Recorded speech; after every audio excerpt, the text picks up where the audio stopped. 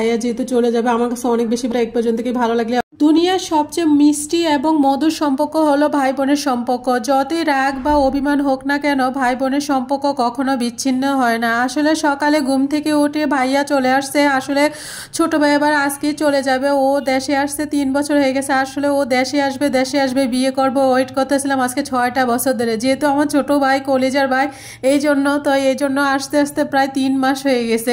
এখন যাবারও সময় হয়ে গেছে। আসলে কেন জানি কালকে সারাটা রাত্র ঘুম হয় না, অনেক বেশি খারাপ লাগছে। সারাটা রাত্র ভাবছি রাত্রি রান্না করব, তারপর ভাবতেছি যেহেতু ওরা 12টা বাজে খাবে সকাল সকালে রান্না করব, কারণ যাইতে 12টা বাজবে, তো 12টা আমার আবার 10টার ভিতরে রান্নাটা হলেই চলবে। তো এই জন্য আর রাত্রে আর রান্নাটা করি না। সকালে ঘুম থেকে উঠে রান্নাটা বসা দিছি। এখানে আমি 3 কেজি পরিমাণ গরু মাংস রান্না বসাইছি। আমি সব রকম মশলা মেখে এখানে বসা দিছি। আর ওইদিকে মুরগির মাংসটা রান্না করব, যেহেতু দেশি মুরগি রান্না করব। দেশি মুরগির জন্য আমি এখানে পেঁয়াজ কুচিটা বসা দিলাম আর সব রকম মশলা দিয়ে দিলাম। এখানে মুরগির রাঁধুনি মশলাটা দিয়ে দিলাম, দিয়ে আমি সুন্দর করে এটা কিছুটা সময় কষিয়ে নিব। আর যেহেতু দেশি মুরগিটা রান্না করব, আমি দেশি মুরগিটা কিন্তু রান্না করতে একটু বেশি সময় লাগে, তো এই জন্য আমি দুটোটা রান্নায় একসাথে বসাই দিছি। আসলে কি পরিমাণ যে গরম পড়ছে কি বলবো। সকালে ঘুম থেকে উঠে আমি এসির থেকে এসে রান্নাটা বসাইছি। আমার কাপড় আমি 3বার কাপড়টা চেঞ্জ করছি, জামাটা চেঞ্জ করছি, মানে আমি এত পরিমাণ ভিজে গেছি কি যে বলবো, মানে এত গরম। সকালে ভাবছি রান্না করলে গরম লাগবে না, কিন্তু সকালেও অনেক বেশি গরম লাগতেছে। তো এদিকে আমি মুরগির মাংসটা সুন্দর করে কষিয়ে নিতেছি। তো আলুটাও অনেক সময় হয়ে গেছে কষে গেছে। এখানে আমি গরু মাংসটা কষে গেছে, তারপর আলু দিয়ে দিলাম কিছু। যেহেতু আমি 3 কেজি মাংস রান্না করতেছি একটু আলুটা বেশি করে দিয়েছি, কারণ দেখা গেছে আয়ন আবার আলু খেতে পছন্দ করে, তো এই জন্য। আর এদিকে আমি একটা মুরগি কিন্তু ভুনা করছি। এদিকে দেশি মুরগি দেখে অল্প দেখা যাচ্ছে, যাই হোক মুরগিটা মাসাল্লাহ 800 টাকা হয়েছে। মুরগিটা এমনি বড়ই ছিল কিন্তু বোঝা যাচ্ছে ছোট।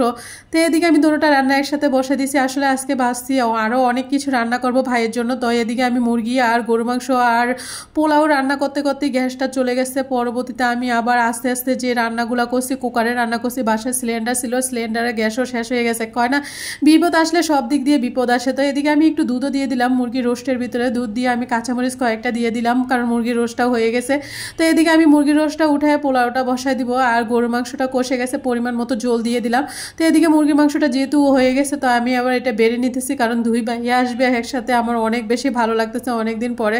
আসলে আপুরা আসতে বলছিলাম, আপু আসে নাই। তো এদিকে তো ওদের জন্য যাই হোক এখন আমরা বাসায় আসি। তো আমি এখানে কিছুটা খাবার মুরগি অর্ধেকটা নিয়ে নিলাম, যেগুলা লেগ পিসগুলা উপরে পিসগুলা। তো এদিকে আমি আবার পোলাওটা বসাই দিতেছি। এদিকে পেঁয়াজ পেস্তাটা করে নিতেছি, আর ঠ্যাঙ্গা এলাচটা দিয়ে দিলে একটা সুন্দর একটা গ্রান আসে এই কারণে।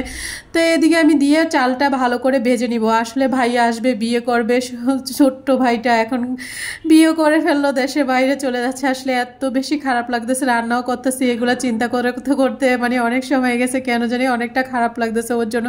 যাই হোক ছোট ভাই আবার কবে আসবে, তো এবার আবার খুব তাড়াতাড়ি চলে আসবে। ও আবার কাগজপত্র ছিল না আগে, এখন আল্লাহর রহমতে কাগজপত্র করে ফেলছে। তো এদিকে আমি পোলাওটা রান্না বসাই দিয়েছি, সব কিছু দিয়ে দিলাম, জায়ফল এলাচ, আর এদিকে দুধও দিয়ে দিছি। পোলাওটা মোটামুটি হয়ে গেছে। আমি নিজেও জানতাম না যে গ্যাসটা এত তাড়াতাড়ি চলে যাবে। আল্লাহ বাঁচাইছে আমি রান্নাগুলো করতে পারছি। আমার কাছে এত বেশি ভালো লাগছে, আমি কাই হেরে যদি না রান্না করতে পারতাম আমার অনেক খারাপ লাগতো। এদিকে গরুর মাংসটা হয়ে গেছে। আমি আর ওইদিকে আমি পায়েসের জন্য একটু পায়েস রান্না করব। পায়েসের জন্য চালটা বসা দিছি, আগে চালটা সিদ্ধ করে নিলে পায়েসটা রান্না করতে অনেক বেশি ভালো হয়। তো এদিকে টমেটো চাটনি বসাবো। একটু টমেটো যেহেতু বা ছোটো ভাই টমেটো খেতে অনেক বেশি পছন্দ করে, টমেটো চাটনিটাও একটু বসেছি। আর গরু মাংসটা হয়ে গেছে। তো এদিকে টমেটো চাটনি আর পায়েসটা বসেছি, আর গ্যাসটা চলে গেছে। তো এদিকে আমি গরু মাংসটা বেড়ে নিতেছি, যেহেতু গরু মাংসটা মাশাআল্লাহ একদম পারফেক্ট মতো হয়েছিল। তারপরে ওইদিকে আবার কুকারের ভিতরে আমি সব রান্না একটু একটু করে নিলাম। তো এদিকে আমি পায়েসটা মোটামুটি হয়ে গেছিলো, তারপর আবার কুকারে এনে বসাইছি। এদিকে পায়েসটাও হয়ে গেছে, অনেক সুন্দর পারফেক্ট হয়েছে। তারপর টমেটো চাটনিটা করে নিলাম, ডাল রান্না করলাম, মানে ডালটা রান্না করতে পারলাম না। তো আলহামদুলিল্লাহ সবগুলা খাবারই পরিবেশন করে দিলাম। খুবই ভালো লাগছে, ভাইয়ারা মাশাআল্লাহ টিপটি মিটিয়ে খাইছে, অনেক বেশি ভালো লাগছে। সবাই গল্প করতে করতে খাইলাম। কেউ যদি খায় যদি একটু ভালো লাগে তাহলে অনেক বেশি ভালো লাগে। আর ভাইয়া যেহেতু চলে যাবে আমার কাছে অনেক বেশি ভালো লাগছে। সবাই দোয়া করবেন আমার ভাইয়ের জন্য। আজকের ভিডিওটা এক পর্যন্ত কি ভালো লাগলে অবশ্যই শেয়ার করে দিবেন। আল্লাহ।